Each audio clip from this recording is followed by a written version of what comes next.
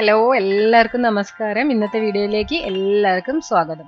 അപ്പോൾ ഇന്ന് ഞാൻ ചെയ്യാൻ പോകുന്നത് അഗസ്തി പൂവ് കൊണ്ടുള്ള ഒരു മെഴുക്ക് പുരട്ടിയാണ്. അപ്പോൾ ഈ അഗസ്തി പൂ എന്ന് പറയുന്നത് ചിലപ്പോൾ എല്ലാവർക്കും അറിയുന്നതാവണം എന്നില്ല. അപ്പോൾ ഇതാണ് അഗസ്തി പൂവ്. അപ്പോൾ ഈ അഗസ്തി പൂവ് നമ്മൾ മെഴുക്ക് പുരട്ടി ഉണ്ടാക്കാനും തോരൻ ഉണ്ടാക്കാനും ഒക്കെ ഉപയോഗിക്കാറുണ്ട്. പിന്നെ അഗസ്തിപ്പൂ എന്ന് പറഞ്ഞാൽ ഔഷധ ഗുണങ്ങളും കൂടെയുള്ള ഒരു പൂവാണെന്നാണ് പറയണത്. അപ്പോൾ വായ്പുണ്ണൊക്കെ വരുമ്പോഴൊക്കെ ഇത് തോരൻ വെച്ചും മെഴുക്ക് പുരട്ടി ഉണ്ടാക്കിയൊക്കെ കഴിച്ചാൽ നല്ലതാണെന്നൊക്കെ കേട്ടിട്ടുണ്ട്. അപ്പോൾ ഇത് ഞാനിപ്പോൾ തിരുവനന്തപുരത്ത് വന്നതിന് ശേഷമാണ് ഈ പൂവ് ഞാൻ കാണാൻ തുടങ്ങിയിട്ടുള്ളത്. അപ്പോൾ മലബാറിലുള്ള ആൾക്കാർക്കൊന്നും ഇത് അത്ര പരിചിതമായിട്ടുള്ളൊരു പൂവല്ല. ഞാൻ അവിടെ കണ്ടിട്ടുമില്ല ഇങ്ങനത്തെ ഈ അഗസ്തിയുടെ ചെടിയൊന്നും. അപ്പോൾ ചെടി എന്ന് പറയുന്നത് ഇതാണ് അഗസ്തിപ്പൂവിൻ്റെ ചെടി. ശരിക്കും പറഞ്ഞാൽ ചെടിയല്ല, അതൊരു മരമായിട്ട് തന്നെ വളർന്നു പോകുന്നത്, പെട്ടെന്ന് പൊങ്ങി പോകുന്നതാണ്. അപ്പോൾ ഇതിൻ്റെ മുകളിലാണ് പൂ ഉണ്ടാവുക. അപ്പോൾ എടുക്കാനായിട്ട് ഇത്തിരി പ്രയാസമാണ്. പിന്നെ ഇതിൻ്റെ ഇല എന്ന് പറഞ്ഞാൽ പുളിയുടെയൊക്കെ ഇല പോലത്തെ അങ്ങനത്തെ ഒരു ടൈപ്പ് ഇലയാണ്. അപ്പോൾ ഇത് തിരുവനന്തപുരംകാർക്കൊന്നും പറഞ്ഞു തരേണ്ട ഒരു ആവശ്യമില്ല. എനിക്ക് തോന്നുന്നു തെക്കൻ ജില്ലകളിലൊക്കെ ഉണ്ടെന്ന് തോന്നുന്നു. അപ്പോൾ അവരൊക്കെ ഒന്ന് ക്ഷമിക്കുക. ഞാനിത് മലപ്പുറം കോഴിക്കോടൊക്കെ ഉള്ള ആൾക്കാർക്ക് വേണ്ടിയിട്ടാണ് പറഞ്ഞത്. വടക്കോട്ടുള്ള ജില്ലകളിലൊന്നും ഞാനിത് അങ്ങനെ കണ്ടിട്ടില്ല. അപ്പോൾ അറിയാത്തവർക്ക് വേണ്ടിയിട്ട് ഒന്ന് കാണിച്ചു തന്നേ ഉള്ളൂ. അപ്പോൾ നമുക്ക് റെസിപ്പിയിലോട്ട് പോകാം.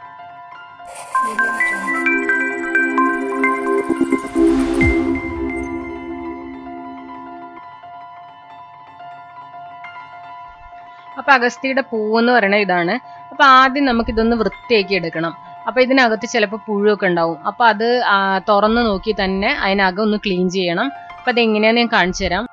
ഇതുപോലെ പൂവൊന്ന് തുറന്ന് നോക്കുകയാണെങ്കിൽ അതിനകത്ത് ചെറിയ പുഴു അല്ലെങ്കിൽ ചെറിയ പ്രാണികളൊക്കെ ഉണ്ടാവും.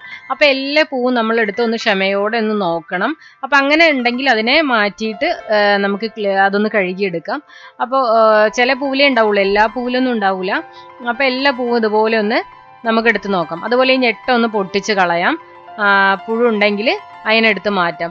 ഇതിനകത്ത് ചെറിയ പൂമ്പൊടി കാണും, അത് കുഴപ്പമില്ല. പക്ഷെ ഇതിനകത്ത് ചിലതിൽ മാത്രം ചെറിയ പുഴു കാണും. അപ്പൊ അതിന് വേണ്ടിയിട്ടാണ് നമ്മൾ ഇങ്ങനെ നോക്കുന്നത്. ഇത് കണ്ടോ, ഇതുപോലെ ആയിരിക്കും പുഴു ഉണ്ടാവുക. അപ്പോൾ നമ്മൾ നോക്കാതെ ഇരുന്നാൽ ചിലപ്പോൾ നമ്മൾ ഈ പുഴുവിനെയും കൂടെയൊക്കെ നമ്മൾ അരിഞ്ഞ കൂട്ടത്തിൽ അരിഞ്ഞിട്ടായിരിക്കും മെഴുക്ക് പുരട്ടി ഉണ്ടാക്കുന്നുണ്ടാവുക. അപ്പം എല്ലാവരും ഇത് ശ്രദ്ധിച്ചിട്ട് തന്നെ ഒന്ന് ക്ലീൻ ചെയ്യുക. അപ്പോൾ ഞാനിപ്പോൾ ഇവിടെ എല്ലാം ക്ലീൻ ചെയ്ത് വെച്ചു. അപ്പോൾ അതിനുശേഷം നമുക്ക് ക്ലീൻ ചെയ്തപ്പോൾ ആകെ 2 എണ്ണത്തിലാണ് പുഴു ഉണ്ടായിരുന്നത്, ബാക്കിയുള്ളതിലൊന്നും ഇല്ലായിരുന്നു. അപ്പോൾ ഇനി ഇതെല്ലാം നമുക്കൊന്ന് നന്നായിട്ട് കഴുകിയെടുക്കണം.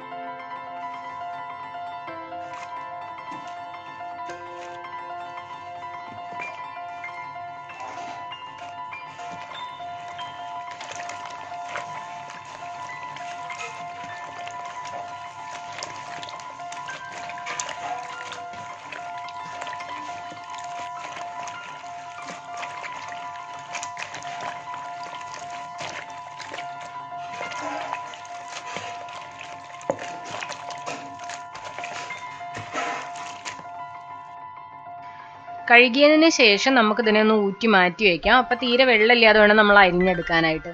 അപ്പം ഇത് ഞാൻ ഈ അരിയാൻ പോവാണ്. അപ്പം നമ്മളിത് മെഴുക്ക് പുരട്ടിക്കും തോരനും ഒക്കെ ആയാലും ഒരുപോലെ തന്നെയാണ് അരിയണത്. അപ്പം ഇതുപോലെ ഒന്ന് നൈസായിട്ട് അരിഞ്ഞെടുക്കുക. ഇപ്പം ഇതാ പൂവ് കംപ്ലീറ്റ് നമ്മൾ അരിഞ്ഞെടുത്തിട്ടുണ്ട്. ഇനി ഇതിലേക്ക് സവാള വേണം. അപ്പോൾ ഒരു സവാളയാണ് ഞാൻ എടുക്കുന്നത്. അതായത് ഒരു സവാള മുഴുവനായിട്ട് എടുക്കണം കേട്ടോ. കാരണം ഇതിന് ചെറിയ കയ്പ്പ് രസമുള്ള ഒരു പൂവാണ്. അപ്പോൾ ആ കയ്പ്പ് തീരെ ഇല്ലാതാവാനായിട്ട് സവാള കൂടുതൽ ഉപയോഗിച്ചാൽ നല്ലതാണ്. അപ്പോൾ ഒരു സവാള മുഴുവനായിട്ട് ഞാനിപ്പോൾ ഇതിൽ ഉപയോഗിക്കുന്നുണ്ട്. അപ്പോൾ ഇതുപോലെ ഒന്ന് ചെറുതാക്കി അരിഞ്ഞെടുക്കുക. അതിനുശേഷം നമുക്ക് വേണ്ടത് പച്ചമുളകാണ്. പച്ചമുളക് ഒരു 2-3 എണ്ണം എടുക്കാം. അത് എരിവ് ഇത്തിരി കൂടുതലുണ്ടായാൽ നല്ലതാണ് ഇതിന്. അപ്പോൾ അത് പച്ചമുളക് അരിഞ്ഞിടുമ്പോഴത്തേക്കും ഇത്തിരി നീളത്തിനായിട്ട് കട്ട് ചെയ്തിടുന്നതായിരിക്കും നല്ലത്. അല്ലെങ്കിൽ ഇത് പച്ചമുളക് കടിച്ചു പോകാനുള്ള സാധ്യത ഉണ്ട്. കാരണം എന്താണെന്ന് വെച്ചാൽ പച്ചമുളക് വട്ടത്തിന് അരിഞ്ഞിട്ട് കഴിഞ്ഞാൽ അതും അഗസ്തിയുടെ മുകളിലുള്ള ആ പച്ച കളറും കൂടെ കണ്ടാൽ തിരിച്ചറിയാൻ ബുദ്ധിമുട്ടാണ്. അപ്പോൾ ചിലപ്പോൾ നമ്മൾ കടിച്ചു പോകും. ഇനി നമുക്കിത് ഒരു പാൻ വെച്ചിട്ട് മെഴുക്ക് പുരട്ടി ഉണ്ടാക്കാനായിട്ട് നോക്കാം. അപ്പോൾ പാൻ ചൂടായപ്പോൾ ഞാൻ അതിലേക്ക് ഓയിൽ ഒഴിച്ചിട്ടുണ്ട്. അതിലേക്ക് ഇത്തിരി കടുകും കൂടെ ഇട്ട് കൊടുക്കുക. ആ കടുക് പൊട്ടി വരുമ്പോൾ നമുക്ക് ഈ അരിഞ്ഞു വെച്ചിട്ടുള്ള അഗസ്തി പൂവെല്ലാം കൂടെ ഇട്ട് കൊടുക്കാം. ഇത് പെട്ടെന്ന് തന്നെ ഉണ്ടാക്കി എടുക്കാൻ പറ്റുന്നതാണ്. മെഴുക്ക് പുരട്ടി ആയാലും തോരനായാലും നമുക്ക് പെട്ടെന്ന് വാടി കിട്ടും. അതുകൊണ്ട് ഒരു 5 മിനിറ്റ് കൊണ്ട് തന്നെ നമുക്കിത് ഉണ്ടാക്കാം. ചോറിനാണെങ്കിൽ വേറെ ഒന്നും ഇല്ലാതെ തന്നെ ഇത് മാത്രമാണെങ്കിലും കഴിക്കാൻ പറ്റും. പിന്നെ ഇതിൻ്റെ കയ്പ്പ് ഉള്ളതുകൊണ്ട് ചിലരൊക്കെ മുട്ട ചേർത്ത് ഉണ്ടാക്കാറുണ്ട്. അപ്പോൾ മുട്ട ചേർക്കുകയാണെങ്കിൽ ഇതിലേക്ക് ഒരു മുട്ട പൊട്ടിച്ചൊഴിച്ച് കൊടുത്തിട്ട് അതിൻ്റെ കൂടെ മിക്സ് ചെയ്തിട്ടാണ് ചെയ്യുന്നത്. ഞാനിപ്പോൾ മുട്ടയൊന്നും ചേർത്തിട്ടല്ല ചെയ്യുന്നത്. അല്ലാതെ തന്നെ ഉണ്ടാക്കുകയാണ്. ഇപ്പൊ ഇത് കണ്ടോ, ആ പാൻ നിറച്ചിരിക്കുന്നുണ്ട് പൂവ്. പക്ഷെ അതൊന്ന് വാടി വരുമ്പോ തന്നെ അത് അളവങ്ങ് കുറയും. അപ്പൊ നമുക്ക് കുറേ പൂവ് എടുത്താലേ കുറച്ച് മെഴുക്ക് പുരട്ടി കിട്ടുള്ളൂ. അതാണ് ഇതിന്റെ ഒരു പ്രത്യേകത. അപ്പൊ നമ്മൾ അത്യാവശ്യത്തിന് ഉപ്പും കൂടെ ഇട്ട് കൊടുത്തിട്ടുണ്ട്. എന്നിട്ട് അതൊന്ന് ഇളക്കി എടുക്കാം. അപ്പൊ അടച്ചു വെച്ച് വേവിക്കേണ്ട കാര്യമൊന്നുമില്ല. എന്നാലും ഞാൻ ഒരു മിനിറ്റ് എടുത്തിട്ടില്ല, ഒരു അര മിനിറ്റ് ഒന്ന് അടച്ചു വെച്ചിട്ടുണ്ടായിരുന്നു. ആവി നന്നായിട്ട് ഒന്ന് അതിൽ കയറാൻ വേണ്ടിയിട്ടാണ്. അപ്പൊ അതിനുശേഷം വീണ്ടും തുറന്നിട്ട് പിന്നെ അടയ്ക്കണമെന്നൊന്നുമില്ല. അതൊന്ന് ഇളക്കി കൊടുത്തുകൊണ്ട് തന്നെ ഇരുന്നാൽ മതി.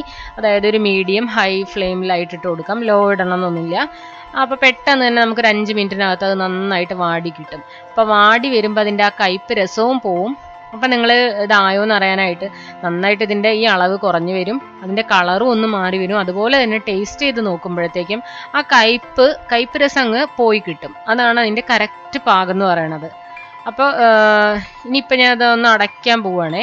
അപ്പോൾ ജസ്റ്റ് ഒന്ന് അടച്ചു വെച്ചിട്ട് ഇത്തിരി നേരം നമുക്കൊന്ന് തുറക്കാം. അപ്പം തന്നെ തുറക്കാം. അപ്പം നന്നായിട്ടൊന്ന് ആവി കയറി കിട്ടും. ഇപ്പം ഇതിനകത്ത് നന്നായിട്ട് ആവി കയറിയൊക്കെ വന്നിട്ടുണ്ട്. ഇനി ഇത് അടച്ചൊന്നും വെക്കേണ്ട ആവശ്യമില്ല, അത് താനെ അങ്ങ് വാടിയൊക്കെ വന്നോളും. അപ്പോൾ കുറച്ച് സമയം നമുക്കിതൊന്ന് മിക്സ് ചെയ്തൊക്കെ കൊടുക്കാം. അപ്പം നല്ല മെഴുക്ക് പുരട്ടിയായിട്ട് നമുക്ക് കിട്ടും. അപ്പോൾ ഒരുപാട് സമയമൊന്നും വെയിറ്റ് ചെയ്യേണ്ട കാര്യമില്ല.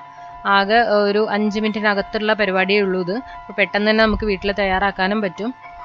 വളരെ സിമ്പിളായിട്ടുള്ള ഒരു റെസിപ്പിയുമാണ്, വളരെ ടേസ്റ്റിയുമാണ്. അത് പറയാതിരിക്കാൻ കഴിയില്ല. കാര്യം അഗസ്തിപ്പൂ എന്ന് പറഞ്ഞാൽ ഭയങ്കര ടേസ്റ്റി ആയിട്ടുള്ള ഒരു പൂവാണ്. ഇത് തോരൻ വെച്ചാലും നല്ല ടേസ്റ്റാണ്. കുറച്ച് തേങ്ങയും മുളക് പൊടിയും മഞ്ഞപ്പൊടിയും ജീരകവും എല്ലാം കൂടെ ഒന്ന് മിക്സ് ചെയ്തിട്ട് ഇട്ട് കൊടുത്താൽ മതി. എന്നിട്ട് ഒന്ന് നന്നായിട്ടൊന്ന് ഫ്രൈ ചെയ്തെടുക്കുന്ന പോലെ ചെയ്താൽ മതി.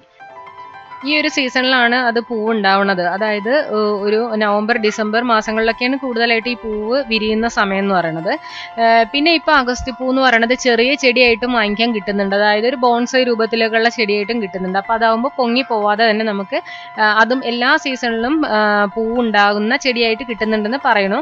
അപ്പോൾ അതാണെങ്കിൽ ചിലപ്പോൾ നഴ്സറികളിലൊക്കെ കിട്ടും. അപ്പൊ അങ്ങനെയാണെങ്കിലും നമുക്ക് വീട്ടിലത് കൊണ്ടുവയ്ക്കാവുന്നതാണ്. ഈ ഒരു അഗസ്തിപ്പൂവിന്റെ സീസൺ ആയി കഴിഞ്ഞാൽ പിന്നെ ഇവിടെയൊന്നും ആരും വേറെ തോരൻ ഉണ്ടാക്കാറില്ല. തോരനും മെഴുക്ക് പുരട്ടി എല്ലാം അഗസ്തിപ്പൂ തന്നെയാണ്. അത്രയ്ക്ക് ടേസ്റ്റിയാണ്, നമുക്ക് മടുക്കില്ല. ഈ തോരൻ എത്ര കഴിച്ചാലും മെഴുക്ക് പുരട്ടി കഴിച്ചാലും നമുക്ക് മടുക്കില്ല. അങ്ങനത്തെ ഒരു പൂവാണ് അഗസ്തിപ്പൂ. അതുപോലെ തന്നെ വളരെയധികം ഹെൽത്തിയും ആണ്. ഇത് നമുക്ക് കടകളിലൊക്കെ പച്ചക്കറിയൊക്കെ വാങ്ങിക്കുന്ന കടയിലൊക്കെ നമ്മൾ കാണാറുണ്ട് അഗസ്തിപ്പൂവൊക്കെ. പക്ഷെ നമ്മൾ വീട്ടിൽ തന്നെ നട്ട് വളർത്തി എടുക്കുന്ന ആ ഒരു സന്തോഷം അതൊന്ന് വേറെ തന്നെയാണ്. അഗസ്തിപ്പൂവിന്റെ ടേസ്റ്റ് എല്ലാവർക്കും ഇത് കഴിച്ചാൽ ഇഷ്ടാവുകയും ചെയ്യും. അപ്പോൾ നമുക്ക് വീട്ടിൽ തന്നെ നട്ട് വളർത്താൻ പറ്റുകയാണെങ്കിൽ അങ്ങനെ തന്നെ ചെയ്യുക. അപ്പോൾ എല്ലാവർക്കും ഈ വീഡിയോ ഇഷ്ടമായി എന്ന് വിചാരിക്കുന്നു. ഇത് നല്ലൊരു റെസിപ്പിയാണ്, എല്ലാവരും ഇതൊന്ന് ട്രൈ ചെയ്ത് നോക്കണം. അപ്പോൾ ഈ റെസിപ്പിയെ കുറിച്ചുള്ള നിങ്ങളുടെ അഭിപ്രായങ്ങൾ ഒന്ന് കമന്റ് ബോക്സിൽ അറിയിക്കുക. അതുപോലെ തന്നെ വീഡിയോ ഒന്ന് ലൈക്ക് ചെയ്യുക, ഷെയർ ചെയ്യുക. അപ്പോൾ അടുത്ത വീഡിയോയിൽ വീണ്ടും കാണാം. അതുവരെ ബൈ, താങ്ക് യു.